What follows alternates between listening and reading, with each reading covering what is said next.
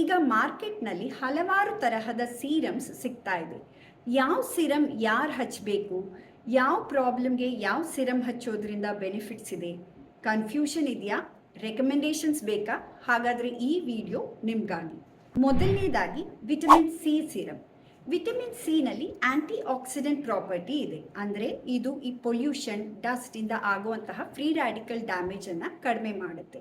ಇದರಲ್ಲಿ ಸನ್ protection property ಕೂಡ ಇದೆ. ಅಂದ್ರೆ ಈ ಸೂರ್ಯ ಕಿರಣಗಳಿಂದ ಆಗುವಂತಹ ಡ್ಯಾಮೇಜ್ ಅನ್ನು ತಡೆಗಟ್ಟುತ್ತೆ. ಆಂಟಿ ಆಕ್ನಿ ಪ್ರಾಪರ್ಟಿ ಅಂದರೆ ಪಿಂಪಲ್ಸ್ ಕಡಿಮೆ ಮಾಡುವಂತಹ ಪ್ರಾಪರ್ಟಿ ಆ್ಯಂಡ್ ಈ ಪಿಂಪಲ್ಸ್ ಇಂದ ಆಗುವಂತಹ ಸಣ್ಣ ಸಣ್ಣ ಕಲೆಗಳನ್ನು ಸ್ಕಿನ್ ಲೈಟನಿಂಗ್ ಪ್ರಾಪರ್ಟಿ ಕೂಡ ಇದೆ. 10 to 15% ವಿಟಮಿನ್ ಸಿ ಶುರು ಮಾಡೋದು ಉತ್ತಮ. 25 ವರ್ಷ ಆದ ನಂತರ ವಿಟಮಿನ್ ಸಿ ನ ಶುರು ಮಾಡಬಹುದು. ಪಿಗ್ಮೆಂಟೇಷನ್ ಪ್ರಾಬ್ಲಮ್ ಅಂದರೆ ಫ್ರೆಕಲ್ಸ್, ಮಂಗು ಮತ್ತೆ ಈ ಪಿಂಪಲ್ಸ್ ಬಂದು ನಂತರ ಇರುವಂತಹ ಸಣ್ಣ ಸಣ್ಣ ಕಲೆಗಳು, ಈ ತರಹದ ಪ್ರಾಬ್ಲಮ್ಸ್ ಇರುವಂಥವ್ರಿಗೆ vitamin C beneficial. Vitamin C ಹಚ್ಚಬೇಕಾದ್ರೆ ಬೆಳಗ್ಗೆ ಮುಖ ತೊಳೆದ ನಂತರ ಸ್ಕಿನ್ನನ್ನು ಡ್ರೈ ಮಾಡಿ 3 to 4 ಡ್ರಾಪ್ಸ್ ಹಚ್ಚೋದು ಉತ್ತಮ. ಸೀರಮ್ ಹಚ್ಚಾದ್ಮೇಲೆ ಸನ್ಸ್ಕ್ರೀನ್ ಹಚ್ಚದೆ ಆಚೆ ಹೋಗಬಾರ್ದು. ಬಿಕಾಸ್ ಇದು ಬಿಸಿಲಲ್ಲಿ ಹೋದರೆ ಆಕ್ಸಿಡೈಸ್ ಆಗಿ ಅದ್ರ ಪವರ್ ಕಡಿಮೆ ಆಗುತ್ತೆ. ಕೆಲವು ಉದಾಹರಣೆಗಳನ್ನು ನಾನು ಡಿಸ್ಕ್ರಿಪ್ಷನ್ ಬಾಕ್ಸ್ನಲ್ಲಿ ಹಾಕಿದ್ದೀನಿ, ನೀವು ನೋಡಬಹುದು. ಎರಡನೇದಾಗಿ salicylic acid serum. Salicylic acid ನಮ್ಮ ಸ್ಕಿನ್ನಲ್ಲಿರುವಂತಹ ಪೋರ್ಸ್ ಒಳಗೆ ಹೋಗಿ ಅಲ್ಲಿರುವಂತಹ ಬ್ಲಾಕ್ ಅನ್ನು ತೆಗೆದು ನಮ್ಮ ಪೋರ್ಸನ್ನು ಕ್ಲೆನ್ಸ್ ಮಾಡುತ್ತೆ. ಬ್ಲ್ಯಾಕ್ ಹೆಡ್ಸ್, ವೈಟ್ ಹೆಡ್ಸನ್ನು ಕಡಿಮೆ ಮಾಡುತ್ತೆ. 18 ವರ್ಷ ಆದಮೇಲೆ ಸ್ಯಾಲಿಸಿಲಿಕ್ ಆಸಿಡ್ ಸಿರಮ್ ಶುರು ಮಾಡ್ಬೋದು. Oily skin, combination skin and pimple prone ಅಂದರೆ ಒಕೇಶ್ನಲಿ ಮೊಡವೆಗಳು ಬರುವಂತಹ ಸ್ಕಿನ್ ಅವ್ರಿಗೆ ಸ್ಯಾಲಿಸಿಲಿಕ್ ಆಸಿಡ್ ಸಿರಮ್ ಹಚ್ಚೋದ್ರಿಂದ ಬೆನಿಫಿಟ್ ಸಿಗುತ್ತೆ. ಸ್ಯಾಲಿಸಿಲಿಕ್ ಆಸಿಡ್ ಸಿರಮ್ ಹಚ್ಚಬೇಕಾದ್ರೆ ರಾತ್ರಿ ಮಲ್ಗಕ್ಕೆ ಮುಂಚೆ 3 to 4 ಡ್ರಾಪ್ಸ್ ಹಚ್ಚೋದು ಉತ್ತಮ. ಕೆಲವು ಉದಾಹರಣೆಗಳನ್ನು ನಾನು ಡಿಸ್ಕ್ರಿಪ್ಷನ್ ಬಾಕ್ಸ್ನಲ್ಲಿ ಹಾಕಿದ್ದೀನಿ, ನೀವು ನೋಡಬಹುದು.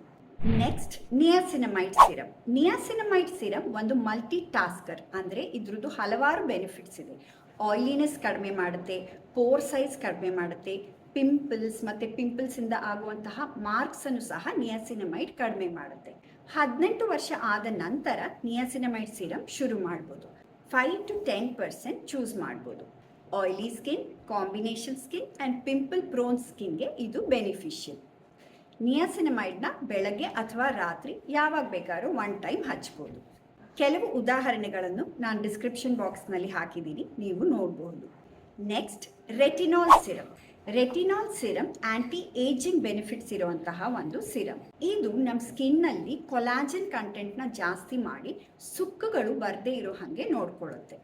35 ವರ್ಷ ಆದ ನಂತರ ರೆಟಿನಾಲ್ ಸಿರಮ್ ಶುರು ಮಾಡೋದು ಉತ್ತಮ. ರೆಟಿನಾಲ್ ಸಿರಮ್ ಹಚ್ಚಬೇಕಾದ್ರೆ ಕಡಿಮೆ ಸ್ಟ್ರೆಂತಿಂದ ಶುರು ಮಾಡಿ, ಅಂದರೆ 0.3 ಸ್ಟ್ರೆಂತಿಂದ ಶುರು ಮಾಡಿ 0.6 to 0.1% ವರೆಗೆ ಹೋಗಬಹುದು.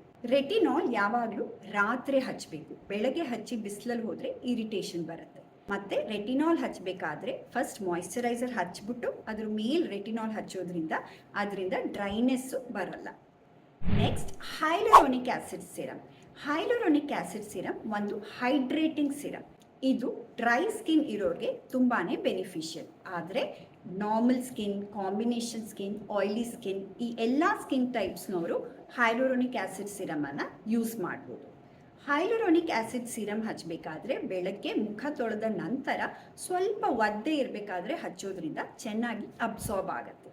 ಕೆಲವು ಹೈಲುರೋನಿಕ್ ಆಸಿಡ್ ಸಿರಮ್ಸ್ಗಳ ಉದಾಹರಣೆಗಳನ್ನು ನಾನು ಡಿಸ್ಕ್ರಿಪ್ಷನ್ ಬಾಕ್ಸ್ನಲ್ಲಿ ಕೊಟ್ಟಿದ್ದೀನಿ, ನೀವು ನೋಡಬಹುದು. ಸಿರಮ್ಸ್ಗಳ ಗುಣಗಳು, ಯಾವ ಪ್ರಾಬ್ಲಮ್ಗೆ ಯಾವ ಸಿರಮ್ ಹಚ್ಚಿದ್ರೆ ಪ್ರಯೋಜನ ಸಿಗುತ್ತೆ ಅಂತ ಈ ವಿಡಿಯೋ ನೋಡಿರೋದ್ರಿಂದ ನಿಮಗೆ ಸ್ಪಷ್ಟವಾಗಿದೆ ಅಂತ ನಾನು ಅನ್ಕೋತೀನಿ.